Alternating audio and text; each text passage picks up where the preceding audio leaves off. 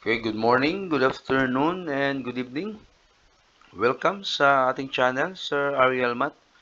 So bago tayo magpatuloy, pakihingi ng isang like at isang subscribe at huwag kalimutang pindutin yung notification bell para lagi kang updated sa mga bagong uploads natin. Okay, so our topic is about relationship between roots and coefficient of quadratic equation. Okay, so our objective is to describe the relationship between the coefficients and the roots of a quadratic equation. Next slide. The relationship between roots and the coefficient of quadratic equation is to know the relation between roots and quadratic equation. We have knowledge about the quadratic equation and roots. So first, we discuss about the quadratic equation, then with roots. Okay?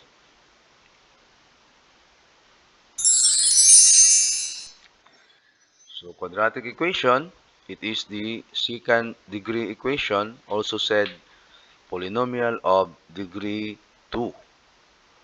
Okay, the quadratic equation is derived from Latin language. In Latin, quadratus means square or square.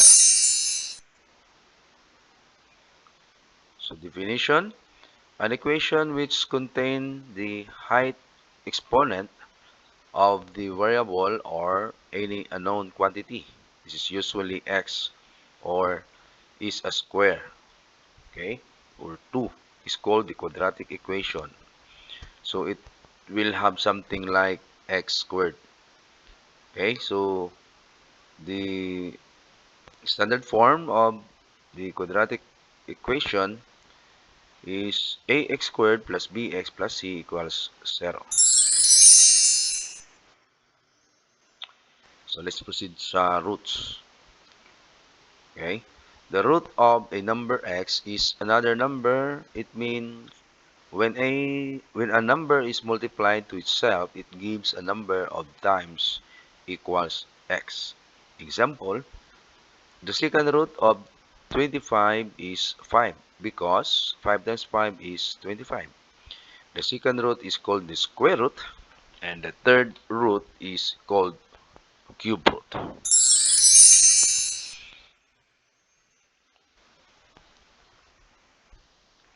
Okay, relationship between roots and quadratic equation. So, wag na nating ibasahin ito. Next slide na tayo. Okay, dito tayo. So, derivation. So, let we consider the alpha, the first formula of quadratic formula, or the first quadratic formula is alpha equals negative b plus the square root of b squared minus 4ac over 2a, and beta equals negative b plus minus the square root of b squared minus 4ac over 2a. Then we find the sum and product of the roots. So, kunin natin yung sum and product of the roots. Okay, doon tayo sa isang slide kasi ano dyan. Okay, dito tayo. Sum of roots. So, sum of roots equals alpha plus beta. Ibig sabihin, the first quadratic formula is negative b plus the square root of b squared minus 4ac over 2a, and plus the second formula kay beta is negative b minus 4 minus the square root of b squared minus 4ac over 2a. So, ang gagawin natin dito, we have kasi sum man yan. Okay, sum. So, i-add natin yan, or simplify natin. This is negative b plus the square root of b squared minus 4ac minus b minus the square root of bc over 4ac over 2a. 2a na lang siya kasi ito yung LCD ng 2a at saka 2a. Okay? So, i-cancel natin yan, positive at saka si negative. Positive square root b squared minus 4ac at saka negative b squared minus 4ac, 0 na yan. And then, i-add natin yung negative b, yan, at saka negative b. The result is negative 2b. Kulang ng negative. So, over 2a. So, cancel natin yung 2.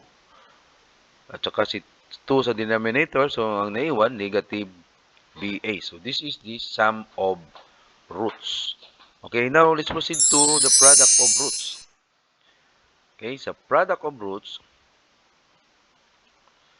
this is equal to alpha times beta. Okay, ibig sabihin, we have to multiply the first formula and the second formula. Okay, so i-multiply natin yung ganyan, dalawa. So the result is negative b, multiply natin kay negative b, so the result is negative b squared. At itong dalawang square root of b squared minus 4ac multiply kay b squared, square root of b squared minus 4ac. So magiging squared na yan. So this is 4a. 4a squared. Mali itong ginagawa na na PowerPoint. Okay? So the result is b squared minus the quantity of b squared minus 4ac over 4a. Okay? So therefore, b squared minus b squared, that is 0 na yan. So plus 4ac. Ang naiwan dyan sa numerator is 4ac over 4a squared. Okay? So cancel natin yung 4 at saka isang a. So meron pang isang a na naiwan sa denominator. So therefore, ang naiwan sa numerator is c, sa denominator is a. Okay? So therefore, the product of the roots is equal to c over a.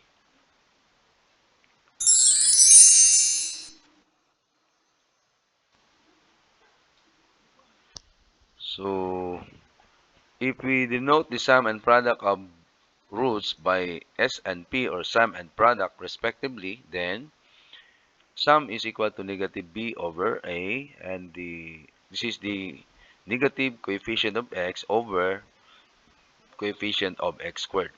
Then the product, or p, equals c over a. Okay?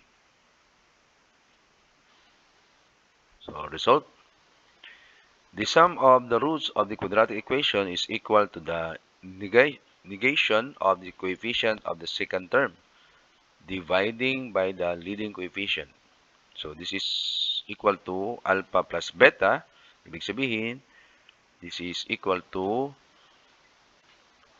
negative b over a.